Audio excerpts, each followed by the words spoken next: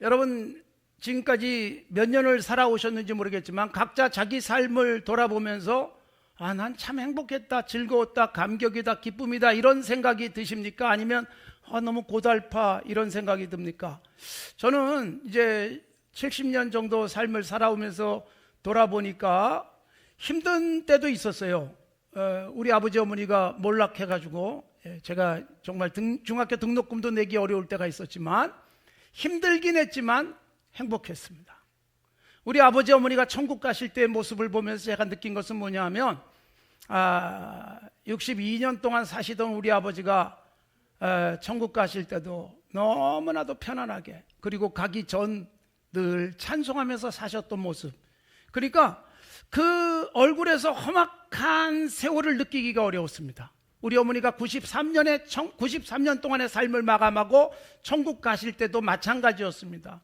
저도 어머니 고생하셨습니다. 수고하셨습니다. 그랬지만 그러나 늘 저를 위해서 기도하시던 모습만 생각나고, 그리고 정말 교회 다니는 기쁨, 즐거움, 하나님의 은혜를 감사하며 사시는 모습, 그렇게 힘들고 어려워도 11조를 내려놓은 적이 없고 감사헌금을 하기 위해서 애쓰셨던 모습은 삶이 얼마나 행복했는가를 보여주고 있는 것이지요.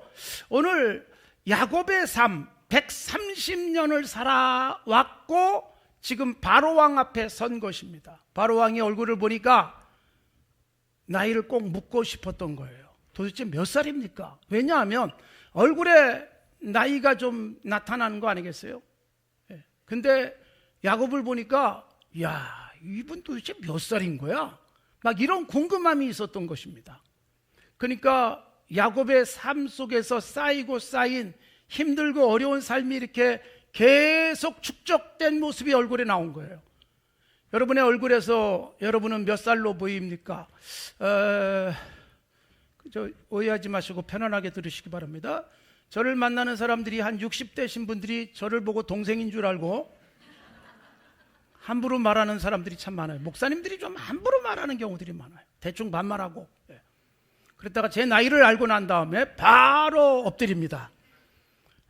여러분 아시다시피 저는 험악하게 살질 않아서 죄송합니다. 흰머리 많으신 분들에게 흰머리도 없고, 장로님 뭐 험악하게 사셨다는 말은 아닙니다.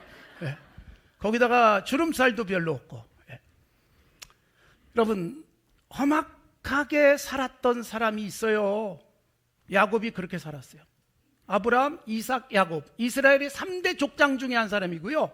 야곱을 통해서 이스라엘 12지파, 그 다음에 이스라엘에는 민족이 형성됐는데 야곱은 정작 험악하게 살았어요. 그래서 바로 왕이 몇 살입니까? 물어보는데 나이를 말하지 않습니다. 험악하게 살았다는 것을 강조하고 있는 거예요. 여러분 인생이 험악해지지 않았으면 좋겠어요. 하루하루가 기쁨이요 감격이요, 내일은 또 어떤 즐거운 일이 생길까, 막 이러면 얼마나 좋겠어요. 오늘도 너무너무 행복했다. 굉장히 바쁘게 일은 했어요. 그리고 오늘 예상한 대로 되지 않아서 조금 삐걱거릴 때도 있었고, 오늘 조금 슬픈 일도 있었지만 그러나 마음으로는 그걸 다 이기고 저녁에 잠자리 들면서 하나님 감사합니다, 오늘도 행복했습니다, 그러고 잠자다가 우리의 인생을 다 마무리할 때 그렇게 가면 얼마나 좋을까. 저는 그런 생각을 늘 합니다. 제가 기도하는 것은 저도 이 땅을 떠날 때 하나님 앞에 막 감사하면서 기뻐하면서 찬송 부르면서 갔으면 좋겠어요. 제 얼굴에 근심과 그리고 탄식이 가득한 모습이 아니었으면 좋겠다, 그런 마음을 가지고 기도하며 살고 있습니다. 그런데 야곱은 아브라함의 아들, 그리고 이삭의 쌍둥이 아들 중에 둘째로 태어났습니다. 아버지도 부자, 할아버지도 부자였어요. 물론 야곱은 그야말로 자수성가의 대표예요. 지팡이 하나 들고 나가서 엄청난 부자가 됐습니다. 그리고 한 번도 그는 뭐 이렇게 누군가에게 아쉬운 소리를 하며 살지 않아도 되는 사람이었지만 130년을 돌아보니 자기는 험악했다라는 것입니다. 여러분 잠깐 멈춰서 나의 인생은 뭐라고 말할 수 있을까? 내가 스스로 볼 때 너무 힘들었어요. 험악했어요 라고 말하십니까? 전쟁을 거치신 분도 계시고 일제강점기를 지내오신 분들도 계시지만 그럼에도 불구하고 편안하게 주님 바라보면서 모든 삶의 역경들을 기쁘게 잘 감당하셨던 분들도 있고 늘 넉넉하고 배부르고 부유한데도 인생이 험악한 사람들도 있는 거예요. 그래서 내 인생을 내가 평가할 때 어떨까? 이 부분에 대해서 다시 한번 점검하셨으면 좋겠습니다. 여러분, 성경에 오래 살았던 사람들의 나이가 나와요. 노아는 950년을 살았습니다. 야곱의 할아버지는 175살까지 사셨어요. 아버지 이삭은 180년을 사셨어요. 그리고 야곱은 147살. 그러니까 조상들에 비하면 얼마 못 살았어요. 그러나 그 인생을 스스로 뭐라고 말해요? 험악했습니다. 좀 안쓰러워요. 안쓰러워요. 가장 행복했어야 될 사람이 험악하게 살았다고 130년을 살고 난 다음에 고백이 그랬다는 것은 오늘 우리에게 중요한 도전을 줍니다. 나는 사람들 앞에서 뭐라고 내 인생을 고백할 수 있을까? 나의 교회 생활은 어땠고 나의 신앙 생활은 어땠다고 말할 수 있을까? 내가 자녀를 양육하면서 나는 어떻게 살았다고 말할 수 있을까요? 그리고 드디어 내가 이 땅을 떠나야 될 때 뭐라고 고백할 수 있을까요? 험악한 인생이 되지 않도록 살았으면 좋겠어요. 감격이요 기쁨이요 그리고 내 인생 주님이 나와 함께 하셨기에 평안했습니다. 여러분, 우리가 잘 알고 암송하는 하나님 말씀 시편 23편, 여호와는 나의 목자시다, 부족함이 없다. 그가 무슨 고백을 해요? 내가 사망의 음침한 골짜기를 다닐지라도, 때로는 다윗을 죽이려고 위협하는 사람들이 있었어요. 그러나 주께서 나와 함께 하셨습니다. 나를 안위하셨습니다. 그래서 여러분, 늘 여호와의 집에 사는 것처럼 산 거예요. 다윗은 굉장히 힘들었지만 노래했습니다. 시를 썼습니다. 하나님을 찬양했습니다. 다윗의 시를 보면 막 고난 때문에 하나님께 부르짖는 내용이 나오지만 뒤에 가면 반드시 뭘로 끝나요? 찬송으로 끝나요. 그러니까 여러분, 얼굴에 구김살이 자리 잡을 시간이 없었던 거예요. 우리들의 삶이 그렇게 됐으면 좋겠어요. 내 인생 힘들고 어려운 고비고비가 있었지만 험악하진 않았습니다. 난 감사했습니다. 찬송했습니다. 나하고 사느라고 당신 참 애 많이 썼네요 라고 말하면서 당신 덕분에 행복했어요. 힘든 때 그때 내 곁에 당신이 있었잖아요. 그래서 나는 조금 더 흔들리지 않았습니다. 그렇게 서로 말해줄 수 있다면 얼마나 좋겠습니까? 그러니까 우리의 삶을 마감할 때 그렇게 고백하십시오. 제가 산정교회 와서 올해로 31년째 사역을 하고 있는데 31년 사실 그렇게 짧지 않습니다. 한 교회에서 30년을 넘게 사역하는 것은 쉬운 사례는 아니에요. 그러나 여러분, 저는 산정교회 너무 고마워요. 너무너무 감사해요. 제가 이렇게 행복하게 살 수 있었다는 것, 제가 이렇게 감격과 기쁨 속에서 제 삶의 한 해 한 해가 이어져 왔다는 것은 너무도 고마운 일이고, 그것은 성도 여러분들의 큰 위로와 격려, 응원이 있었기 때문이라고 늘 생각하며 저는 여러분들에게 늘 감사하고 있습니다. 우리가 살아가면서 내 옆에 있는 사람들에게 감사하고 찬송하고 기뻐하고 즐거워하며 하나님을 향해서 늘 좋은 목소리를 낼 수 있는 삶이 됐으면 좋겠습니다. 야곱은 아쉽게도 험악하게 살았습니다. 안타까운 일입니다. 자, 그러면서 야곱이 묻지도 않은 또 하나의 인생에 대한 정의가 나와요. 몇 살이냐 물었더니 내 나그네 길의 세월이 130년입니다 그랬어요. 몇 살이라는 대답을 하기 전에 인생이 무엇인가를, 그래서 자기는 나그네로 살았다 그렇게 말합니다. 그런데 나그네의 삶이 뭐예요? 험악했어요. 여러분, 인생은 나그네로 살아가는 것은 성경적으로도 매우 중요하게 우리에게 깨우쳐주고 있습니다. 세상 사람들만 인생은 나그네 길이다, 어디서 왔다가 어디로 가는지 모른다라고 말하는 게 아닙니다. 예수 믿는 사람들은 나그네는 똑같은 나그네지만 가장 감격이요 기쁨인 것은 무엇일까요? 어디서 왔는지를 알잖아요. 어디로 갈지를 우리는 분명히 알고 있습니다. 이 땅을 떠나는 그 순간이 우리에게 감격이 됐으면 좋겠어요. 평생을 거기를 향해서 왔는데 드디어 도착했습니다. 얼마나 좋아요. 주님 나라에 딱 들어가는 감격과 기쁨. 그래서 내가 세상을 딱 떠나면서 숨이 멎는 그 순간에 얼굴에 밝은 미소를 남기고 떠날 수 있다면 얼마나 좋겠어요. 많은 장례식을 하고 또 이렇게 입관할 때 얼굴을 보는데 편안하게 주님 안에서 잠자는 듯한 모습을 보여주시는 분들이 얼마나 많은지 모릅니다. 예수 믿고 천국 가셨기 때문에 그런 모습이라고 생각을 합니다. 나그네인데 그냥 힘들고 지친 나그네가 아니에요. 방향이 분명해요. 50년 살고 이제 얼마나 남았는가? 70년쯤 살았을 때 이제 얼마나 남았을까? 우리는 내비게이션에 익숙해져 있잖아요. 목적지 설정해 놓고 이제 얼마 남았는지 계속 계산을 해줍니다. 목적지 근처에 왔습니다라고 마지막 안내를 해줍니다. 그때 얼마나 기쁨이겠어요. 힘든 운전을 했는데 드디어 다 왔네? 이게 여러분 인생을 살아서 드디어 내가 하나님 나라 들어가기 직전에 이제 다 왔구나. 내 인생의 드라이브가 여기서 끝나는구나. 고마운 분들이 막 떠오르면서 이제는 주님이 예비하신 그 집에 들어갑니다. 그러고 갈 수 있다면 얼마나 행복하고 즐겁겠습니까? 나그네로 살아가는 인생. 성경이 곳곳에서 나그네임을 강조를 해요. 아브라함도 자기 아내 사라가 죽었을 때 매장지를 사면서 사람들에게 말합니다. 나는 당신들 속에 거주하는 나그네입니다. 그렇게 고백을 했고, 심지어 역대상 29장에서 다윗이 자기의 인생을 그렇게 고백합니다. 나그네와 거류민 같은 우리들입니다. 그런데 하나님 앞에 나는 이렇게 감사하고 찬송할 수 있습니다. 시편 119편에도 나그네 된 집에서 나는 노래합니다. 히브리서 11장에서 믿음의 사람들이 뭐예요? 외국인처럼 살고 나그네처럼 삽니다. 베드로전서 1장에서도 예수 믿는 모든 사람들은 나그네와 같다, 그렇게 말씀을 하고 있습니다. 그런데 나그네인데 힘들고 외롭고 답답하고 그리고 앞길이 보이지 않는 나그네가 아닙니다. 험악한 인생을 살았던 야곱과 달리 우리는 뭐예요? 매일이 행복한 나그네로 살아야 됩니다. 여행을 가시면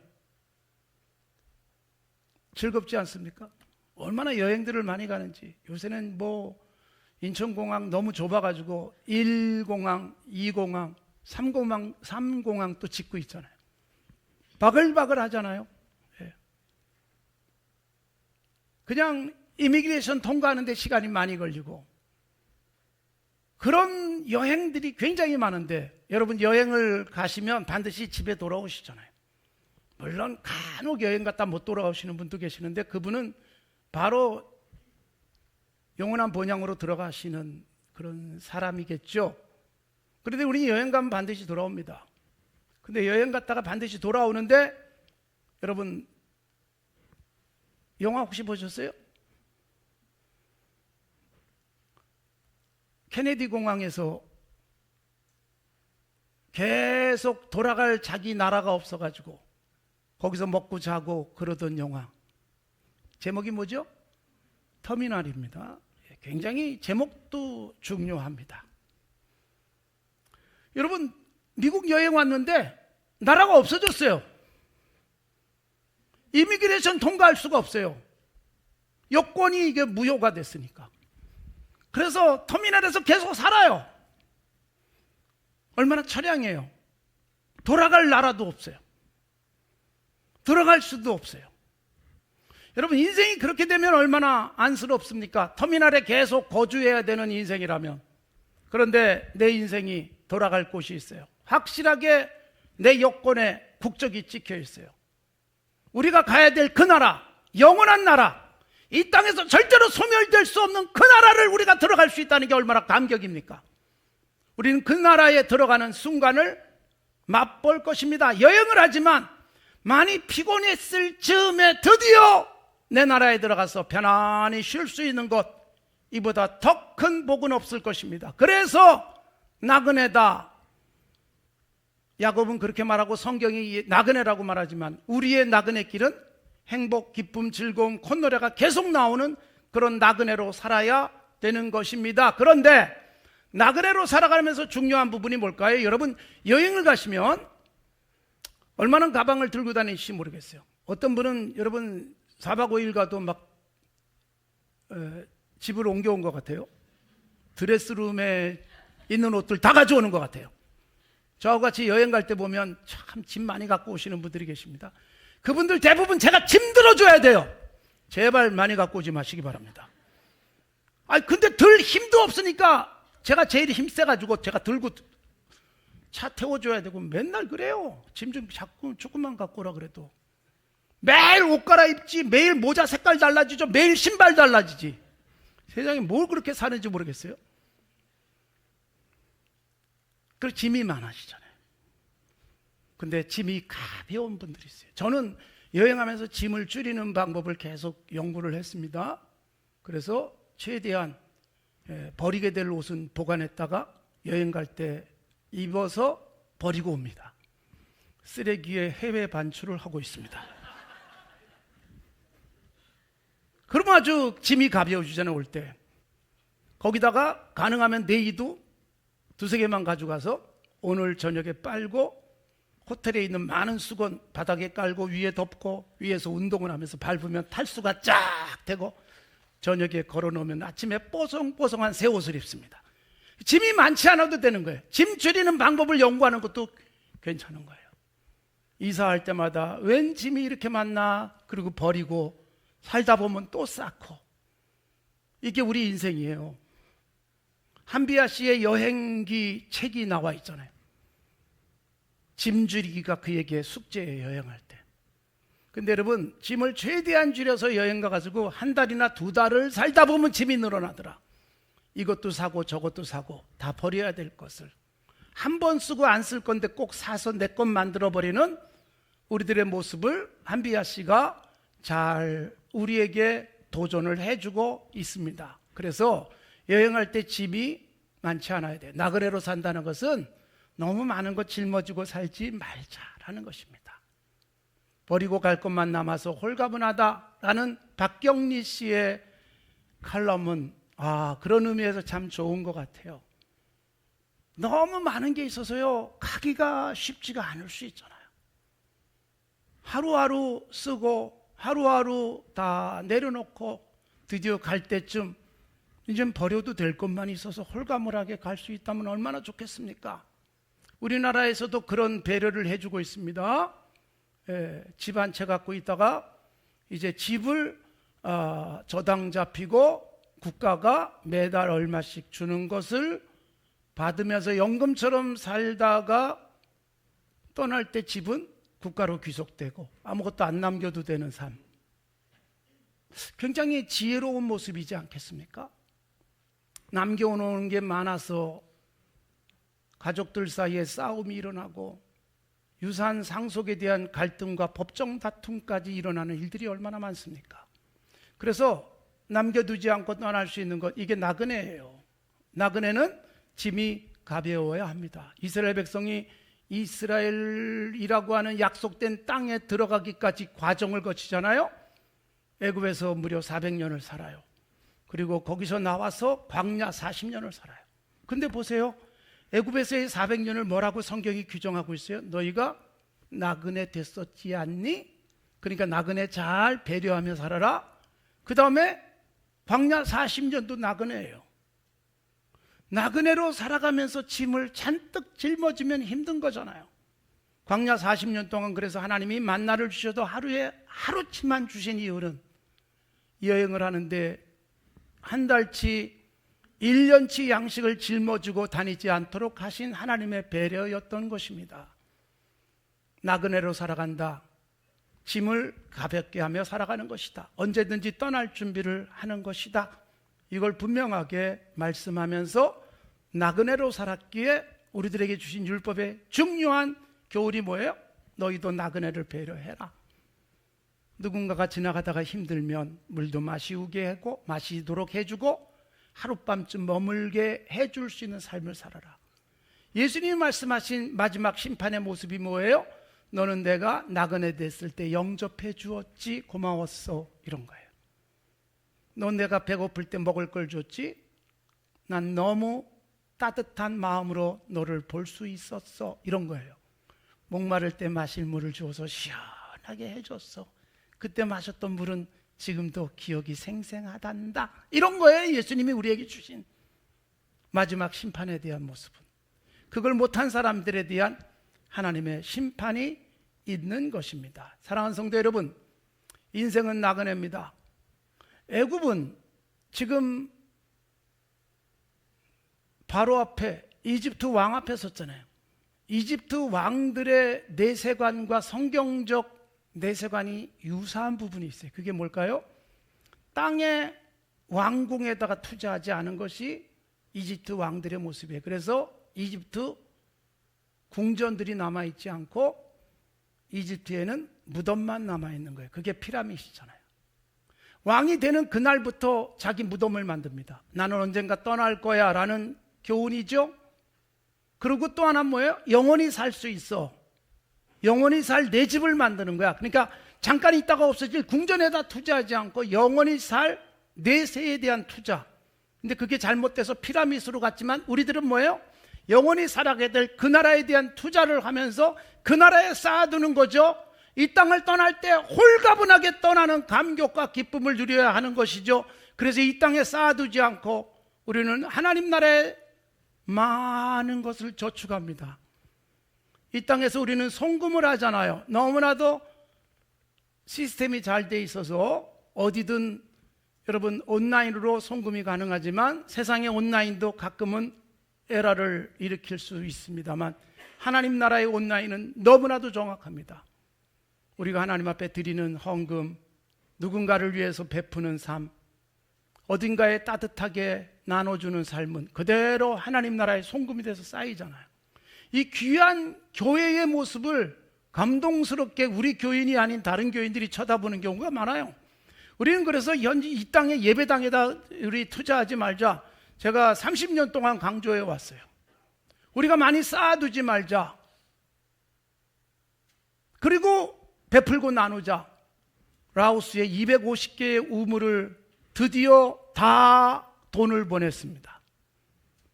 마지막 250번은 또 죽으라고 우리 청소년부에서 우리가 하겠습니다. 그래가지고 250번을 선점해가지고 250번 빼고 6개가 남았었는데 제주도에 살고 계시는 장로님이 누군지 모르지만 전화하셔서 몇 개 남았습니까? 6개 남았습니다. 6개 제가 다 할게요. 그리고 바로 그 다음날 1,800만 원을 보내주셨어요. 쉬운 일은 아닐 거예요. 그런데 보내시는 거예요. 누군가가 물을 마시고 나는 그 물값을 지불했고, 누군가가 물을 마시면서 나에게 고마워하고 그 고마움은 예수님이 물을 마신 것 같은 감격으로 기억되면서 우리에게 하나님 나라의 보물이 쌓이는 것이지 않겠습니까? 그런데도 우리는 줄줄이 끌고 다녀야 마음이 편안하고 쌓아둔 것이 많을 때 뿌듯하고 이러면 내가 행복하겠다라고 착각을 하지만 그걸 언제까지 내가 마음껏 누릴 수 있다고 자신할 수 있겠습니까? 야곱 나그네 인생길을 살았습니다. 130세에 애굽에 가서 17년 총리의 아버지로서 이집트에서 살다가 이 땅을 떠납니다. 그런데 130세에 바로왕 앞에서 뭐라고 고백해요? 나그네 길 험악했어요. 서두에 드렸던 말씀으로 돌아갑니다. 험악했어요. 그러면 여러분, 야곱은 유난히 험악한 세상을 살았을까요? 우리가 살고 있는 세상이나 그때나 똑같습니다. 아니, 그때는 지금보다 훨씬 더 골치 아프고 복잡하고 어려운 일이 없었어요. 그런데 야곱은 왜 험악한 삶을 살았어요? 자기가 만든 거예요. 자기 인생을 험악하게 만드는 사람이 있고요, 자기 인생을 행복하게 만드는 사람이 있어요. 야곱은 여러분, 눈이 보이지 않는 아버지를 속이고 형의 복을 탈취하고 도망가는 험악한 삶, 그래서 길거리에서 베개 삼아 돌을 베고 잠을 자야 되는 힘들고 어려운 삶, 외삼촌의 집에 가서 수단과 방법을 가리지 않고 자기 것을 늘리다가 또 도망가는 험악한 삶, 20년 만에 집에 돌아오지만 형이 자기를 죽일 것 같아서 두려운 험악한 마음. 자기가 지키겠다고 뻐둥거렸지만 사랑하는 아이를 자기가 지키지 못하고 먼저 이 땅을 떠나보내서 슬픈 험악함. 내가 지키겠다고 했던 요셉은 가장 먼저 없어져 버려서 험악하게 살고 울고, 그래서 마지막까지 또 베냐민 지키겠다고 하다가 험악한 인생을 보낸 거예요. 그리고 드디어 애굽에 와서 남은 17년을 편안하게 살아요. 이게 바뀌었다면 얼마나 좋을까. 사랑하는 성도 여러분, 일찍이 내 인생이 편안해지는 복이 있길 바랍니다. 험악해지지 않기를 바랍니다. 험악해지지 않기를 바랍니다. 얼굴에 험악한 인생의 표시가 잔뜩 깔려있는 삶이 되지 않기를 바랍니다. 세상이 험악하지 않습니다. 내가 험악하게 만들고 있을 뿐입니다.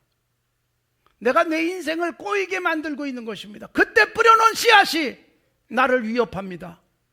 그때 누군가를 불편하게 했던 것이, 그게 여러분 언젠가 그 사람 앞에 섰는데 피하고 싶은 험악한 나의 인생 여정, 이거 불편한 것입니다. 사랑하는 성도 여러분, 아버지하고 형하고 외삼촌하고 관계가 다 꼬여버린 모습, 아들들과의 관계가 꼬여있는 모습, 험악할 수밖에 없어요. 우리들의 삶이 험악함이 아니라 감격이요 기쁨이요 즐거움이 되어지도록 살아갈 수 있기를 바랍니다. 나를 기억하는 사람들이 참 고마운 분, 다시 꼭 만났으면 좋겠어요. 만나면 막 기쁘게 손잡고 춤출 수 있는 그런 관계.